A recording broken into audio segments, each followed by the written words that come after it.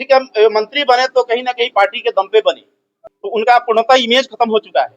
लोग उनको एक तरफ विधायक के रूप में देख चुके हैं। आप कोई भी आप हरसिद्धि विधानसभा के तमाम दोनों अंचल में जाइए, प्रखंड में जाइए, अगर बिना पैसा का काम हो जाए तो उन पे भरोसा होगा, तब ये चैलेंज होगा। तो जन स्वराज पार्टी के द्वारा 51 प्रत्याशियों की घोषणा की गई। उस 51 प्रत्याशियों में एक नाम हरसिद्धि पूर्वी चंपारण जिले से 2 नाम आया, जिसमें से एक हरसिद्धि विधानसभा का नाम आया, जिसमें मेरा नाम अवधेश राम के रूप में आया।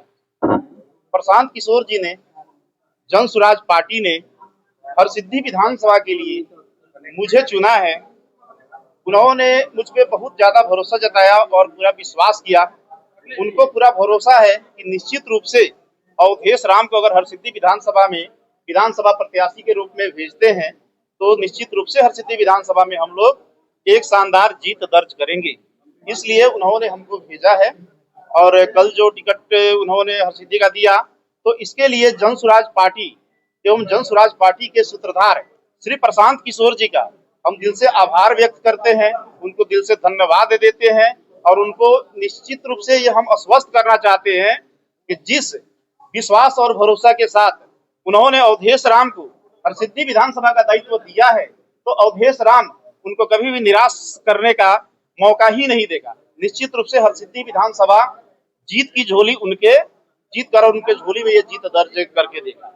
प्रशांत किशोर ने आपको उम्मीद जताया है, लेकिन क्या लगता है कि आपको उम्मीद है कि हरसिद्धि की जनता आप पर देखिए, एकदम उम्मीद है, भरोसा है। हरसिद्धि के विधानसभा की जनता पे भरोसा है, क्योंकि हरसिद्धि के लोग जो होते हैं, हरसिद्धि के लोग साफ और भावुक होते हैं और ये लोग गलत चीजों को बर्दाश्त नहीं करते हैं। अभी हरसिद्धि विधानसभा में जो अराजकता की स्थिति फैली हुई है, जो भ्रष्टाचार की स्थिति फैली हुई है, इन तमाम चीजों से लोग हरसिद्धि विधानसभा के त्रस्त है। युवा जो यहाँ से पलायन के लिए दूर जा रहे हैं, बाहर के राज्यों में जा रहे हैं, तो निश्चित रूप से हरसिद्धि विधानसभा के लोग जो है पूर्ण रूप से मन बना चुके हैं कि हरसिद्धि में बदलाव होगा और हरसिद्धि के साथ साथ जन स्वराज पूरे बिहार में बदलाव करके और यहाँ पे सरकार स्थापित करेगी।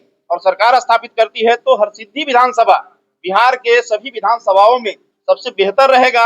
ये सभी जनता को हम आश्वस्त भी करते हैं, भरोसा भी दिलाते हैं और सभी लोग इसी उम्मीद के साथ जन स्वराज के साथ भी हैं और मेरे साथ भी रहेंगे और निश्चित रूप से सभी लोगों का आशीर्वाद भी प्राप्त भी हो रहा है। हम लोग जहाँ भी जिस गांव में भी जा रहे हैं तो सभी लोग दिल से आशीर्वाद भी दे रहे हैं, दिल से पसंद भी कर रहे हैं। अगर लोग जैसे अगर दूसरे साथी भी गाड़ी लेके जन स्वराज का जाते हैं तो लोग रास्ते में रोकते हैं और पूछते हैं कि आप लोग जन स्वराज से हैं, तो हम लोग आपके साथ हैं। अभी लोग जितना दिलचस्पी जितना भी हरसिद्धि की जनता है, तो जितना दिलचस्पी सभी लोगों को जन स्वराज पार्टी के कार्यकर्ताओं के प्रति वे लोग दिखाते हैं, शायद अभी किसी तरह का दूसरे दल के लोगों के साथ नहीं मिला है। हम लोग भी जाते हैं। चुनौती कितनी सरकार बनती है तो प्रत्येक घर में एक नौकरी दिया जाएगा। देखिए, तेजस्वी जी तो ये अब बोलना शुरू किया है, पहले तो शायद तेजस्वी जी नहीं बोलते थे। ये जो भी नेता, किसी भी दल के नेता, चाहे बीजेपी के हो, राजद के हो, जदयू के हो, चाहे जो भी तमाम नेता हो, ये बोलना अब शुरू किए हैं कि हम रोजगार देंगे, हम यहाँ पे पलायन रोकेंगे, हम यहाँ पे पेंशन बढ़ाएंगे या महिलाओं को रोजगार देंगे, लोन की व्यवस्था करेंगे, अच्छी शिक्षा देंगे। अभी तक आप लोग सोशल मीडिया से हैं या मीडिया जगत से हैं, आप लोगों से बेहतर सभी नेताओं के भाषणों को, नेताओं के बातों को आम जनता से ज्यादा जरूर आप लोगों के मेमोरी में है, आप लोगों के दिमाग में है। पार्टी के चुनावी एजेंडे पर 200। देखिए, पार्टी का चुनावी एजेंडा हम लोग जो अभी एजेंडा रखे हैं वो एजेंडा से ही हम लोग शुरुआत भी किए हुए हैं, जो सर्वविदित है कि पहला मुख्य मुद्दा हम लोगों का पलायन रोकना है बिहार से, और ये निश्चित रूप से रुकेगा। ये सभी ऐलान भी किया गया है कि जो भी बाहर लोग रुके हुए हैं, जो बाहर के राज्यों में काम करने के लिए मजबूर है, तो उनका ये आखिरी बाहर जाने वाला छठ है। अब जो छठ में आएंगे यहाँ से नहीं जाएंगे। तो मुख्य मुद्दा पलायन को रोकना हम लोगों का है। दूसरा मुद्दा है कि जैसे अभी तक 400 रुपया पेंशन के रूप में दिया जाता था, तो प्रशांत किशोर जी जब आवाज उठाना शुरू किए, गांव गांव लोगों को बता दिए कि हम 2000 रुपया पेंशन करेंगे, तो आनंद फानन में 1100 रुपया किया गया।